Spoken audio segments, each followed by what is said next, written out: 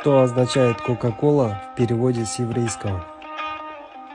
На imperialcomislifejournal.com есть такой ответ. Слова Кока-Кола означают «Ла Мухаммад ла Маках», что означает «Нет Мухаммеда, нет Мики». Что означает Пепси в переводе с еврейского? Ответ из интернета. Если отразить английское название бренда и расставить точки между буквами, получится вполне конкретная дата 12 сентября 9.39.39. Она означает «День геноцида евреев». А саму аббревиатуру Pepsi можно перевести как «Платите каждый пенс за спасение Израиля». Pay every pence for saving Israel. Улуу урматтуу мартабалуулар, мамлекет башчылары, башкы катчы, урматтуу айымдар жана мырзалар, сиздер менен бүгүнкү Ислам кызматташтык уюмунун кезексиз саммитинде көрүшүп турганыма кубанычтамын. Салттуу, жылуу меймандостук жана иш-чараны мыкты деңгээлде даярдагандыгы үчүн Ыйык мечиттин камкорчусу, Сауд Аравиянын падышасы, улуу даражалуу Салман бин Абдулазиз Аль Саудка жана Сауд Аравия падышалыгынын мураскер ханзадасы жана министрлер кеңешинин төрагасы улуу даражалуу Мухаммед бин Сальман Аль Саудка чын ыхласымдан ыраазычылык билдирем. Бүгүнкү саммиттин чукул жыйыны Палестинадагы каргашалуу окуяларга байланыштуу өтүүдө. Бул чыр-чатактын кесепетинен жакындарын жоготкон үй бүлөлөргө жана бир айдан ашык убакыттан бери күчөгөн зордук зомбулуктун натыйжасында эбегейсиз жоготууларга жана кыйынчылыктарга дуушар болгон бардык палестиналык жарандардын кайгысын кыргыз эли тең бөлүшөт. Ар бир жоголгон өмүр бул трагедия. Өз кезегинде Кыргыз Республикасы Газа тилкесиндеги карапайым калктын азабын жеңилдетүү үчүн гуманитардык жардам көрсөтүүгө даярбыз. Урматтуу делегация башчылары, биз палестиналык боордошторубузга тышкы агрессияны жана бейкүнөө адамдардын өлүмүн токтотууга колдоо көрсөтүү, ошондой эле гуманитардык жардам берүү биздин жалпы милдетибиз деп эсептейбиз. Газа тилкесиндеги уруш аракеттери Палестина элинин көп сандаган курмандыктарына жана азап кайгысына алып келди. Бул болуп көрбөгөндөй гуманитардык катастрофа. Бейгүнөө жарандардын, анын ичинде наристе балдар менен аялдардын өмүрлөрү кыйылышы кабыл алынгыс жана эл аралык коомчулук тарабынан кеңири айыпталууга тийиш. Жарандык инфраструктураларга, мектептерге, ооруканаларга жана турак жайларга тандоосуз кол салуу эл аралык гуманитардык укукту бузуу гана эмес, адам укуктарында олуттуу бузуу болуп саналат. Урматтуу кесиптештер, Кыргызстан Палестина элинин көз карандысыздыкка жана суверендүү мамлекетти түзүүгө болгон мыйзамдуу укуктарын тааныйбыз. Палестиналыктардын таламдарына жана колдоолоруна, каалоолоруна жооп берген бирден бир туура чечим Коопсуздук кеңешинин жана Бириккен Улуттар уюмунун башкы ассамблеясынын тиешелүү резолюциялары аткарылышы керек. Буга байланыштуу биз Коопсуздук кеңешинин жана Бириккен Улуттар уюмунун башкы ассамблеясын эл аралык коомчулуктун атынан Газа тилкесиндеги зордук зомбулукту токтотуу жана Газа тилкесиндеги коопсуздук кризисин жөнгө салуу үчүн эффективдүү жана чечкиндүү чараларды көрүүгө чакырабыз. Ошондой эле учурда биздин ислам үммөтүнүн эл аралык коомчулукту бул баскынчылыкка каршы бирдиктүү жана консолидацияланган позицияны карманууга ынандыруусу жана кагылышуучу тараптарды сүйлөшүүгө отургузуу үчүн эл аралык аракеттерди активдештирүү зарыл. Чыр-чатактын катышуучулары жарандардын өмүрүн коргоого артыкчылык берүүсү жана Бириккен Улуттар уюмунун негизги документтеринде бекитилген эл аралык гуманитардык укуктун универсалдуу эрежелерин урматтоосу өтө маанилүү.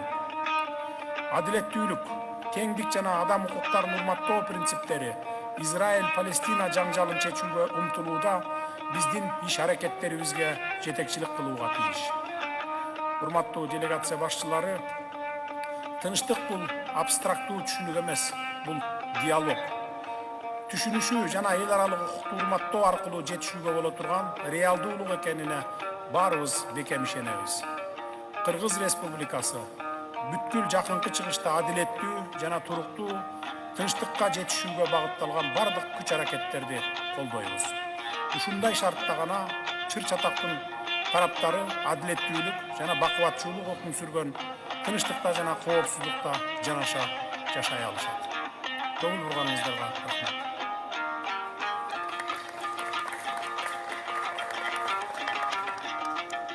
В кыргызском народе появились в китайских источниках в 3 веке до нашей эры. Друзья, Геннадий Гудков, кыргызы строили свою государственность уже в 581 году.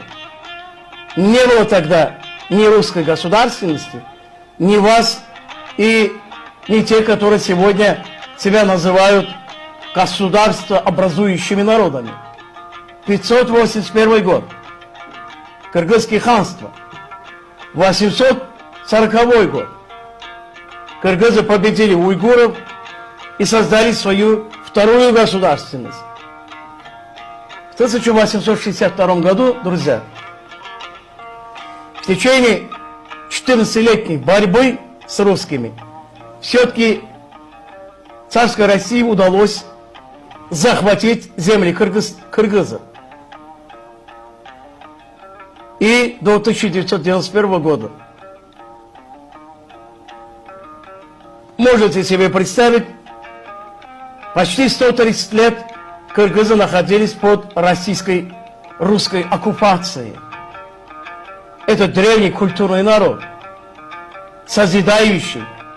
Воистину, никогда кыргызы, друзья, в своей истории никогда не смирились с захватом, оккупацией их территорий. Всегда они боролись против гуннов, против Китая, против русских. В 581 году это был тот год, когда распался каганат Гёктюрков. И вот тогда они стали свободными. Но древнейший народ, который имеет древнюю историю государственности, строительства армии. Геннадий Гудков говорит, что если бы кыргызы понимали бы суть демократии этого понятия, или кто-нибудь перевел бы на кыргызский язык, может, они создали бы себе демократическое государство после того, как совершилась в России демократическая революция. В России все врут.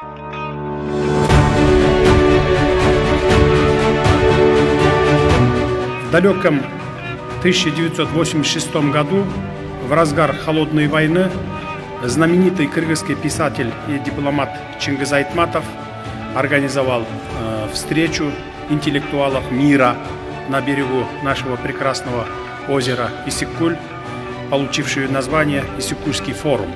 Главной идеей этого форума всемирно известных и авторитетных писателей и деятелей культуры было призвать к конструктивному диалогу цивилизаций, культур, открытому обмену мнениями о дальнейшем развитии человечества.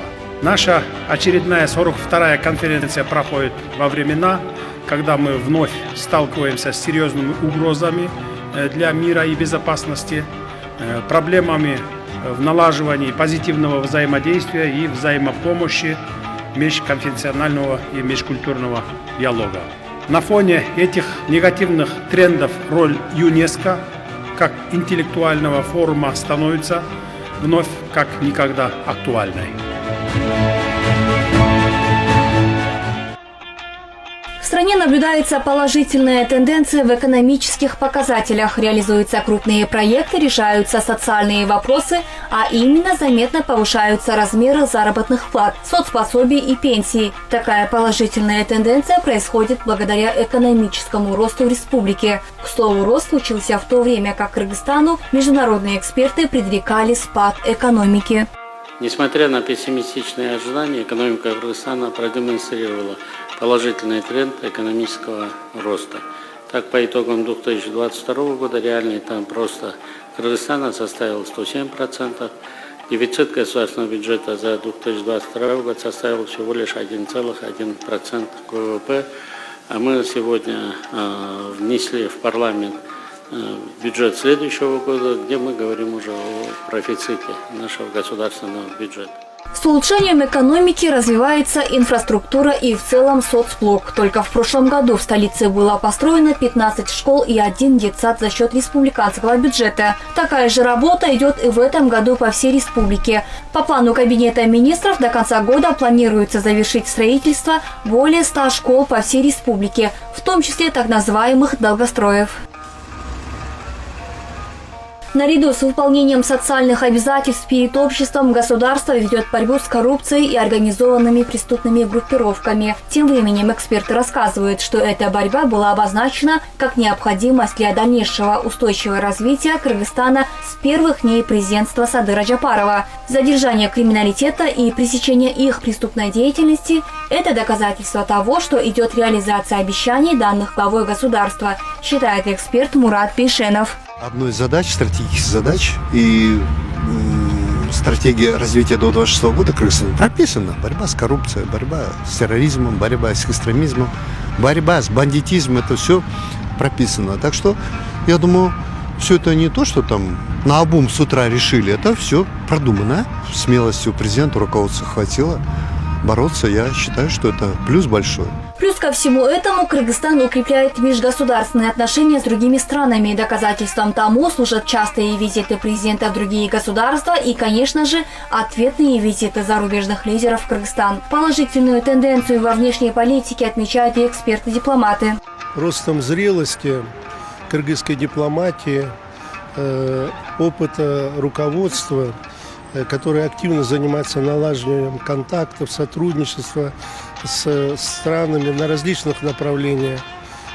Соответственно, улучшается имидж и репутация Кыргызстана. Но, несмотря на столь положительные результаты, в стране находятся отдельные группы людей, которые планируют провести митинг в столице. Но гражданские активисты выступают против проведения подобных мероприятий в стране. По их словам, это план отдельных лиц, которые преследуют свои корыстные цели.